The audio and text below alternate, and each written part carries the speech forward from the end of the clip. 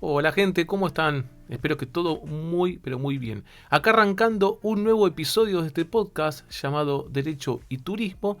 Y la temática que quiero contarles hoy es sobre un derecho que creo que está bastante claro, pero cuando vemos en la implementación a veces hay algunas cuestiones que todavía siguen presentando conflictos, cosa que no debería, pero sigue sucediendo. Estoy hablando de el derecho de arrepentimiento.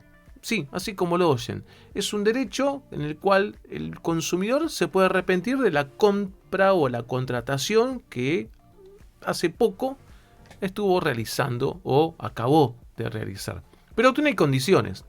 Así que quiero aclarar de este derecho no solamente para el viajero, para saber qué herramienta cuenta y cómo usarla, sino también para los prestadores en no desatender este derecho que ya van a ver por qué, se lo voy a estar explicando, que es un derecho que no se puede dejar de lado. Es como que la norma jurídica lo impone de manera obligatoria, ¿sí? Así que vamos a meternos bien en este derecho.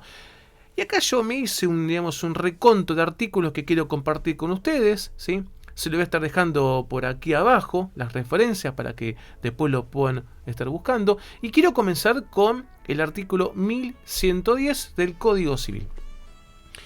Este artículo dice, habla de revocación, un término muy técnico, pero entre nosotros vamos a hablar de arrepentimiento. Si hay algún abogado o abogada escuchando decir, no, Federico, no es lo mismo. Sí, ya sé, tenés razón. Pero a mí me gusta, tomar conceptos mucho más amigables que permitan una rápida aprehensión de la terminología, ¿sí? Bueno, este derecho empieza diciendo que los contratos celebrados, esto está en el marco de los contratos de consumo, ¿sí? Y recuerden que los contratos de consumo tienen una notable injerencia en la actividad turística, entre otras más. Y dice, en los contratos celebrados fuera de los establecimientos comerciales y a distancia, son dos cosas distintas, pero vamos a hacerlo simple. Los contratos que yo celebro con un prestador, yo viajero, que no sea persona a persona, que no lo esté mirando en un mostrador, en un escritorio, en alguna oficina, en algún lugar, ¿sí? Sino que sea por mail, que sea por teléfono, por una red social, etc. El consumidor tiene derecho irrenunciable, vayan anotando esta palabrita que es muy importante, es un derecho irrenunciable de revocar la aceptación dentro de los 10 días computados a partir de la celebración del contrato. Vamos a avanzar este primer párrafo. Es decir, yo no compro, digamos, frente a frente, sino que compro a través de alguna plataforma, de un mail o de algo que sea como a distancia, por teléfono.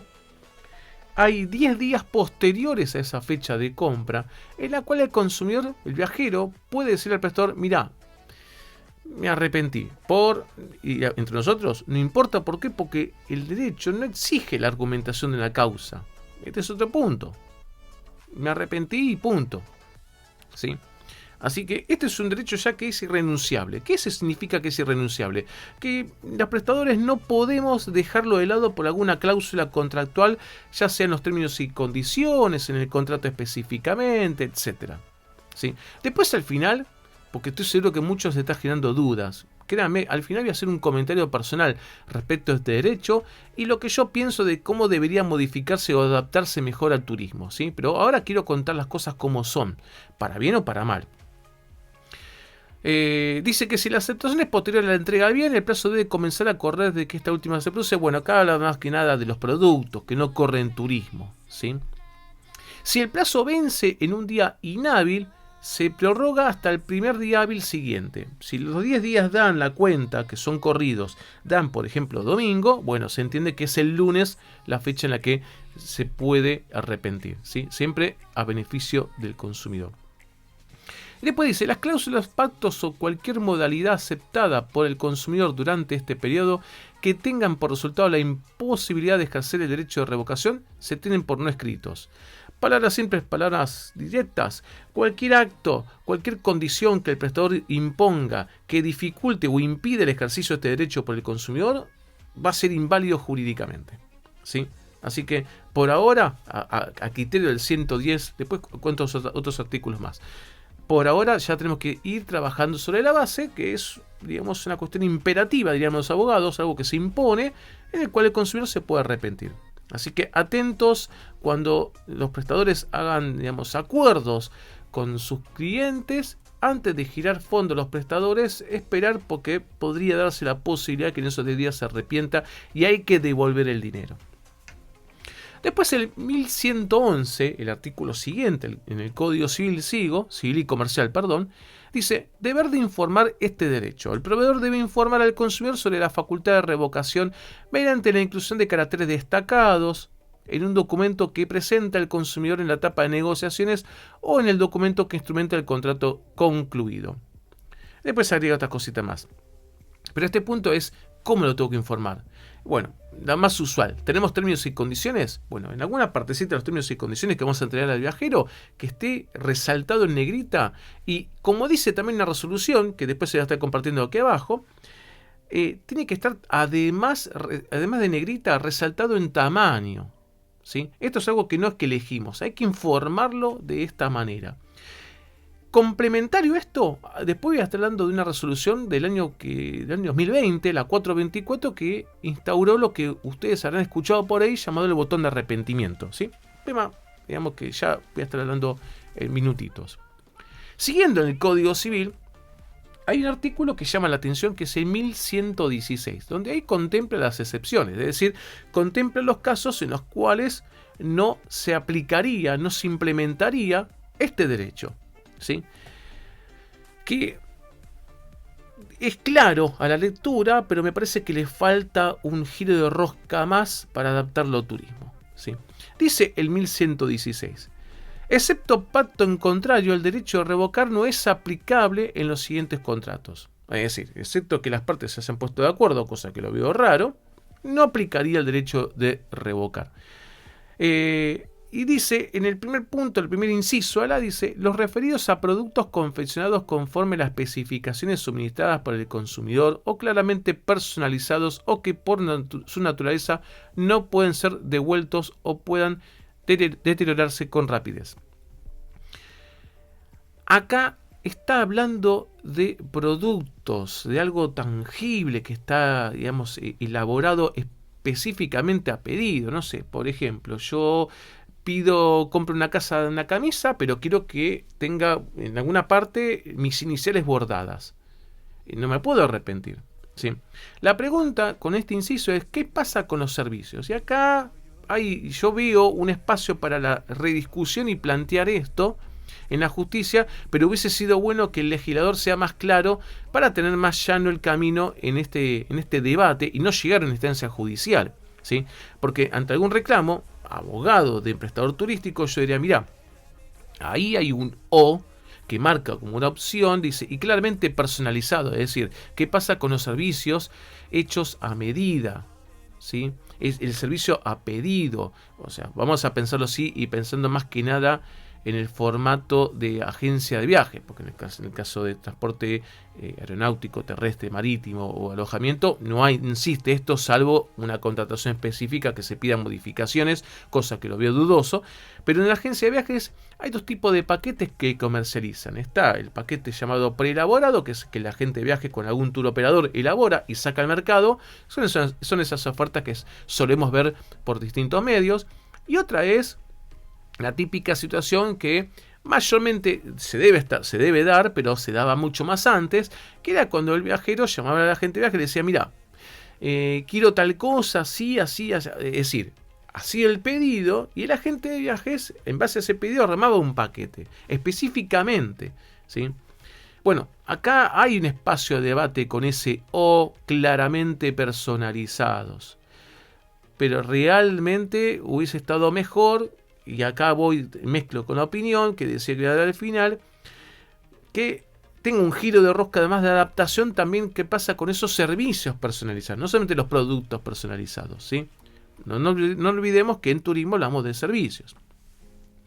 Después el inciso B y el inciso D claramente no tienen nada que ver con turismo, porque hablan de grabaciones sonoras, de videogramas, después se habla de la prensa diaria, publicaciones, etc. Así que nada que ver, por eso lo salteo. Así que el tema de excepciones queda ahí medio en un gris, ¿sí?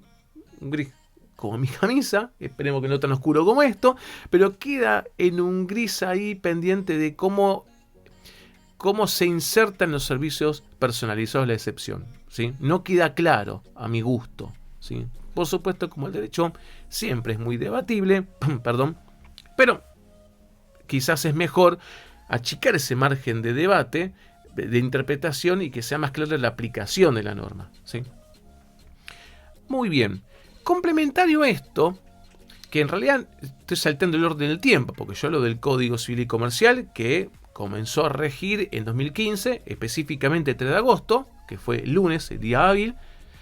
Pero antes en el tiempo tenemos la Ley de Defensa del Consumidor, la Ley 24.240, que arrancó allá el año 93, y en el artículo 34 dice lo siguiente. Dice: en los casos previstos en el artículo 32 y 33, se está hablando de las contrataciones a distancia, ¿sí?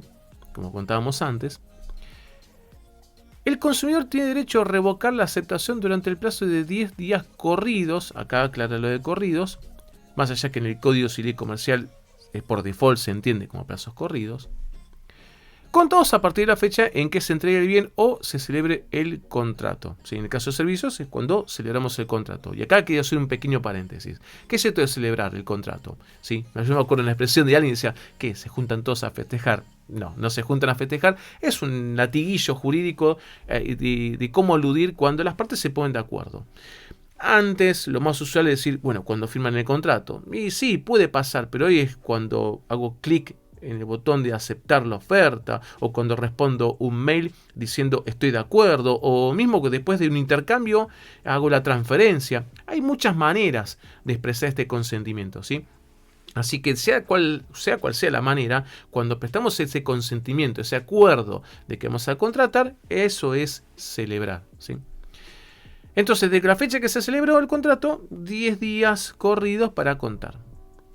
Después dice, el vendedor debe informar por escrito al consumidor de esta facultad de revocación en todo documento que con motivo de la venta le sea presentado al consumidor. El por escrito, yo puedo entender que en el año 93 se estaba pensando en el papel, más allá que ya empezaba a aparecer internet. Ustedes quizás algunos son jóvenes, otros ni nacieron, u otros saben lo que estoy hablando, habrá de todo. Pero año 93, para buscar una fecha más o menos redonda, yo diría que a partir del año 95 se empezó a acentuar bien la inserción de la computadora en las casas, ¿sí? En un contexto nuestro, en Argentina, que estamos con el dólar 1 a 1 y facilitaba mucho la importación de productos, entre ellos toda la parte de tecnología. Y ahí comenzó también a insertarse lo de Internet, un trabajo que llevó su tiempo, ¿sí? Por supuesto, lógicamente, las redes sociales, creo yo, si no me falla la memoria, 2005 por ahí, o adelante, no sé cuándo fue que arrancó bien Facebook, pero no había redes sociales, con lo cual lo escrito hablaba del papel. Pero hoy ya lo escrito tenemos que trascenderlo del papel. O sea, hoy escrito es hasta un documento digital, se entiende como escrito, ¿sí? Mientras ya es un soporte que dé evidencia, se va a cumplir esto escrito. Así que si le informamos por mail, le informamos por una ventana emergente que puede descargar información, le informamos a través de términos y condiciones enviados en el adjunto o en un papel, sea como sea, va a estar por escrito esta información, pero tenemos que nosotros, los prestadores turísticos, informarla, ¿sí? ¿Informar qué? Este derecho de arrepentirse. Tal información debe ser incluida en forma clara y notoria. Acá hay un temita que clara y notoria claramente apunta a esta cuestión de entendimiento y de claridad a la hora de leerlo, de contrastes, etcétera. Digo, tipografía, tamaño de letra, etcétera. Pero después, en el tiempo, hubo una resolución que conté antes, que ya se las compartí, donde específicamente dice cómo informar esto, con lo cual ya sobra esta determinación en ese punto, pues ya está bien regulado de cómo se informa. Este punto que encima hay que sumarlo con la resolución que voy a contar en un ratito, que es la 424. Y después dice que el consumidor debe poner el bien a disposición del vendedor y los gastos de devolución son por cuenta de este último, o sea, el vendedor. En el caso del servicio, que no dice nada, se entiende que cuando se arrepiente, bueno, listo, se da todo marcha atrás, se rompe el contrato y lo que se pagó, sea enseña o no, o total, se tiene que devolver sin ningún tipo de retención. Este es otro punto importante, porque quizás uno me dice, pero Federico, yo tuve gastos de hora hombre, hora mujer, gastos de servicio, ¿qué me paga mis gastos administrativos? Lamentablemente, me encantaría decirte tener respuesta que conforme, pero lamentablemente tengo que decirte que en este punto el derecho no pensó en ese aspecto. Y dijo, mira, en los 10 días corridos en los cuales comienza a contar a partir de la contratación, que siempre sea a distancia, se puede arrepentir sin ningún tipo de cargo. Es decir, pagó 1.000, se devuelven 1.000. Ahora, se arrepiente el día 11, ahí sí se pueden aplicar las condiciones contractuales en las cuales uno pacta las condiciones de rescisión del contrato y los montos a devolver, etc. ¿Sí? Finalmente quiero hablar de una resolución que tiene que ver con todo esto, y que es la resolución la 424, conocida en la jerga como la resolución del botón de arrepentimiento. ¿Sí? Esta resolución se dictó ya por septiembre o octubre, no me acuerdo bien, pero por ahí andará, del año 2020. Estamos en plena pandemia, ¿sí? Con miras a efectivizarse, o sea que ya que le dé un tiempo a los prestadores para que adapten todo, para que comience a arrancar ya a principios de diciembre de 2020. Con lo cual ya, hoy, 2022, marzo 2022, recontra claro queda que los prestadores que ofrecen servicios turísticos tienen que cumplir con esta normativa. Vamos a ver qué es lo que dice, que hay dos artículos que yo quiero remarcar, el primero y el segundo. El primer artículo dice, establécese que los proveedores son los que ofrecen productos o servicios para la Ley de Defensa del Consumidor, que comercialicen bienes o servicios a través de páginas o aplicaciones web. Aplicaciones, ¿no? Digo, no sé, algunos si quiere agregar algún dato, pero creo que la página web queda claro. Ahora, una aplicación web, quizás algún técnico en informática o diseño web, o etcétera, me podrá aclarar este punto, pero para mí esto abarca tanto a web como a apps. Bien. Deberá tener publicado el link denominado botón de arrepentimiento, con lo cual ya vemos que no le podemos ni siquiera cambiar el nombre, porque te lo ponen entre comillas, mediante el cual el consumidor podrá solicitar la revocación, o sea, este derecho que estamos hablando, el arrepentimiento, de la aceptación del producto comprado o del servicio contratado en los términos del artículo 34 de la Ley 2440 y 1110 del Código Civil y Comercial. Son los artículos que leí hace un ratito. A partir de la solicitud de revocación de la aceptación, el proveedor, dentro de las 24 horas y por el mismo medio, deberá informar al consumidor el número de código de identificación de arrepentimiento. A ver, ¿qué está pidiendo acá este primer artículo? Que ahora en la página web tenemos que tener obligatoriamente en algún sector y en la parte de la homepage, ya lo vamos a ver esto, la parte principal de nuestra página, un icono que diga botón de arrepentimiento. Y tiene que estar visiblemente claro, no tiene que estar escondido, ¿sí? Y este link lo que permite es que cuando uno haga clic, me imagino yo pasando algunos datos, ya sea porque se logueó antes o se lo va a loguear después, deja claro que se quiere arrepentir la contratación que hizo y en 24 horas le tiene que llegar al consumidor un dato de seguimiento, un número, ¿sí? O quizás un código alfanumérico, como quieran, pero un dato exacto de, no sé, su consulta número 114 ha sido recibida. Bueno, ese es como si fuese el número de seguimiento por el cual se va a procesar el pedido de arrepentimiento, ¿sí? Pero ojo, no, el plazo corre desde cuando se compró hasta el momento que hizo clic. ¿Sí? Las 24 horas no se agregan el plazo los 10 días. Son plazos internos del prestador para informar que con un número exacto que ha sido recibido el pedido. Pero el pedido se entiende que fue hecho cuando hizo clic. Ojo a este punto, ¿eh? Y después el artículo 2 dice que el botón de arrepentimiento deberá ser un link de acceso fácil y directo desde la página de inicio del sitio de internet institucional de los sujetos obligados y ocupar un lugar destacado en cuanto a visibilidad y tamaño, no dejando lugar a dudas respecto del trámite seleccionado. Y agrega, dice, al momento de hacer uso del botón, el proveedor no podrá requerir al consumidor registración previa ni ningún otro trámite. Bueno, vamos con el primer párrafo. Como dije antes, tiene que estar claro, ese link tiene que estar claro y visible, entendible, que no esté escondido. Acá tenemos que ver con el diseñador de la página web, o si nosotros nos damos maña, ver que tenga una estética, digamos, aceptable en la parte de visibilidad. Veamos tamaño de letra, veamos contornos, veamos contrastes, ¿sí? Hoy en diseño web hay muchas opciones en lo que los diseñadores llaman el CSS, ¿sí? En la parte de estética de la página, y le podemos hacer un contorno, algo que llame la atención, ¿sí? No hace falta que sea una ventana emergente ni poner nada grandilocuente, pero que sí quede claro y no sea algo perdido que está por abajo en el footer, como dicen también los diseñadores web. Y además de estar visible, esto tiene que... a ver, ¿cómo explicarlo? Tiene que facilitar el trámite. O sea, no es que hacemos clic los consumidores y ahí nos metemos en un laberinto burocrático. No, tiene que ser sencillo, tiene que ser fácil también en la implementación. Respecto al último párrafo, dice, el proveedor no podrá requerir al consumidor registración previa ni ningún otro trámite. Acá creo que a mi criterio también le faltó más claridad en la redacción. Porque yo, prestador, necesito saber quién es el que se está arrepintiendo. O sea, hay un registro. Sí, por favor, logueate. ¿Sí? Decime quién sos, así yo puedo identificar la contratación. Pero entiendo que lo que apuntaron fue a que no carguemos de burocracia al consumidor cuando quiera ejercitar este derecho. ¿Sí? Bueno, para finalizar, a ver, ¿qué opino de todo esto? Yo opino que... a mí me gustaría, si tuviese el poder de modificar la norma, para buscar un equilibrio sano entre los prestadores de servicios turísticos y los consumidores. Yo creo que este derecho no es que esté mal, pero me parece mal que esté de manera imperativa. Lo que quiero decir es que no me parece mal que esté el derecho a la oferta, pero sí que se imponga, que permita que el viajero y el prestador se pongan de acuerdo en si este derecho se va a cumplir o si no va a cumplir, y que se me informe a mí, consumidor, antes. ¿Por qué lo pongo de esta manera? Porque hay ciertos servicios turísticos en los cuales se dificulta el ejercicio de este derecho.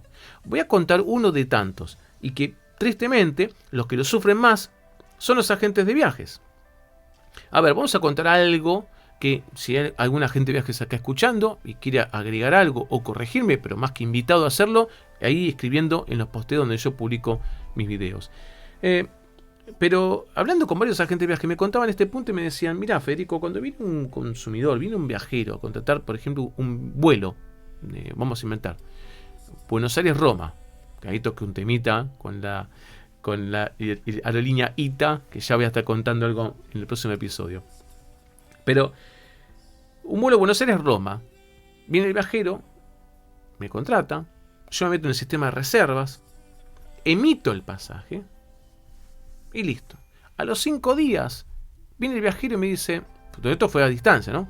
Viene el viajero y me dice, no, ¿sabes qué? Me arrepentí, quiero ejercer el derecho del artículo 34, el 1100 del Código Civil, etcétera, etcétera, etcétera.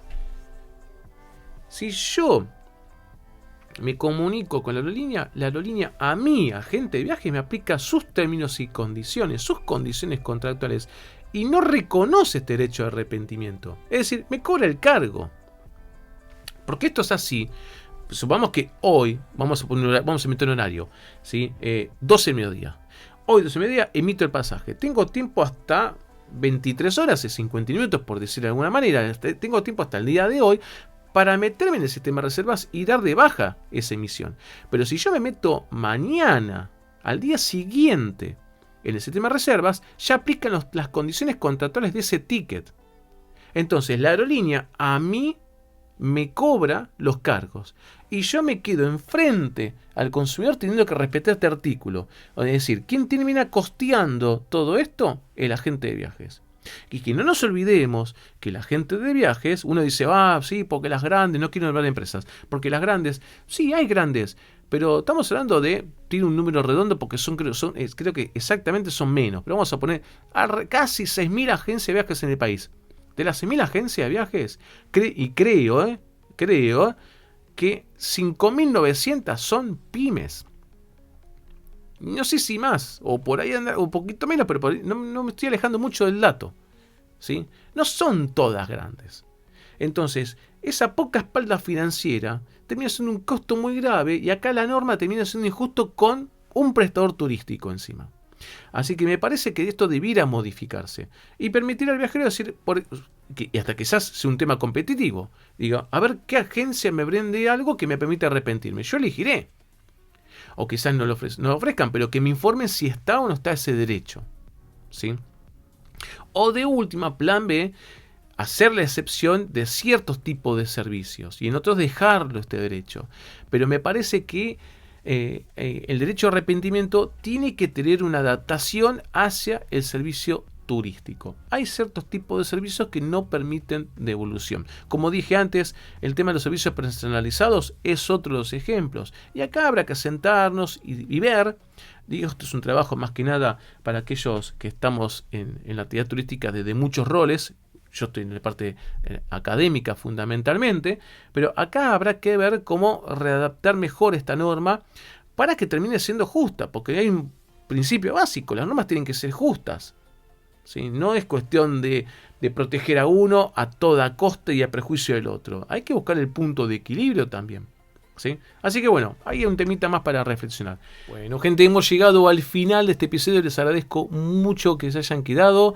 Espero que les haya gustado. Los espero el próximo viernes con otro episodio de este podcast llamado Derecho y Turismo. Y no se olviden de seguirme en redes sociales, que ese apoyo a mí me sirve y de mucho. Chao, cuídense mucho. Hasta la próxima.